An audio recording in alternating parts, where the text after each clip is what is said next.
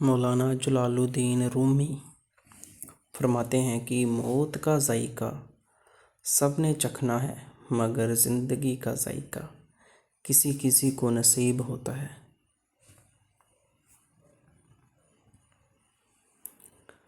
حضور اکرم صلی اللہ علیہ وسلم کی محبت میں اگر جان بھی چلی جائے تو یہ گھاٹے کا سودا نہیں۔ بے شک میرے دوستو،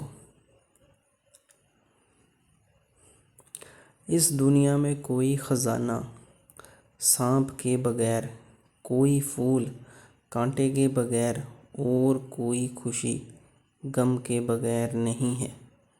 بے شک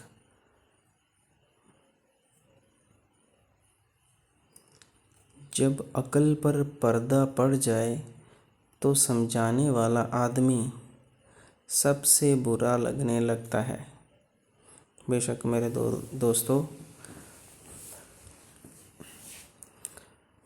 مولانا جلال الدین رومی فرماتے ہیں کہ دنیا میں الجھنے کی بجائے اور دنیاوی اشغال میں مبتلا ہونے کی بجائے اپنی نفسیاتی خواہشات کو ختم کرو کہ یہ نفس تمہارا سب سے بڑا دشمن ہے۔ بے شک شیطان کو باہر مت دیکھو بلکہ اپنے اندر تلاش کرو۔ شیطان کوئی ایسی غیر معمولی قوت نہیں جو تم پر باہر سے حملہ آور ہوتی ہے، بلکہ تمہارے اندر سے ابھرنے والی ایک معمولی سی آواز کا نام ہے۔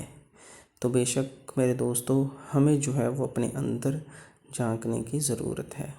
ٹھیک ہے، مولانا رومی فرماتے ہیں، اگر تم قرآن کو آنکھوں سے دیکھو گے تو الفاظ نظر آئیں گے، دماغ سے دیکھو گے تو علم نظر آئے گا، دل سے دیکھو گے تو محبت نظر آئے گی، اور اگر اپنی روح سے دیکھو گے تو تمہیں خدا نظر آئے گا۔ بے شک تو فرماتے ہیں، میں نے بہت سے انسان دیکھے ہیں جن کے بدن پر لباس نہیں ہوتا، اور بہت سے لباس دیکھے ہیں جن کے اندر انسان نہیں ہوتا۔ بے شک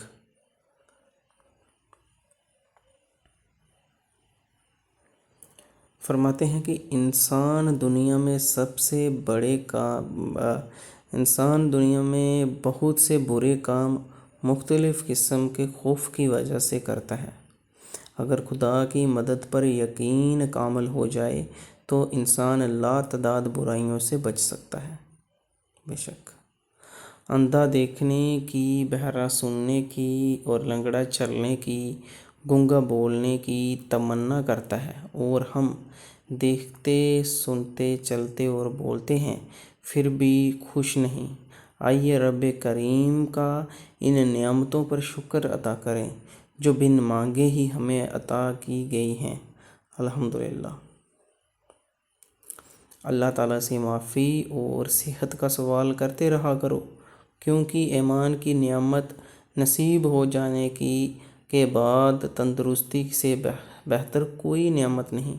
اللہ کریم زندگی کے ہر موڑ پر آپ کو اچھی صحت، خوشیاں اور کامیابی عطا کرے، آمین۔ بے شک میرے دوستو،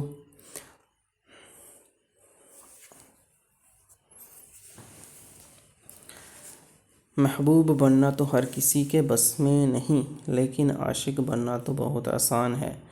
اگر تو اللہ نے تمہیں اپنا محبوب نہیں بنایا تو تم اللہ کے عاشق بن کر زندگی کا لطف اٹھاؤ، کیونکہ شدید محبت کا حقدار صرف اللہ تعالیٰ ہے۔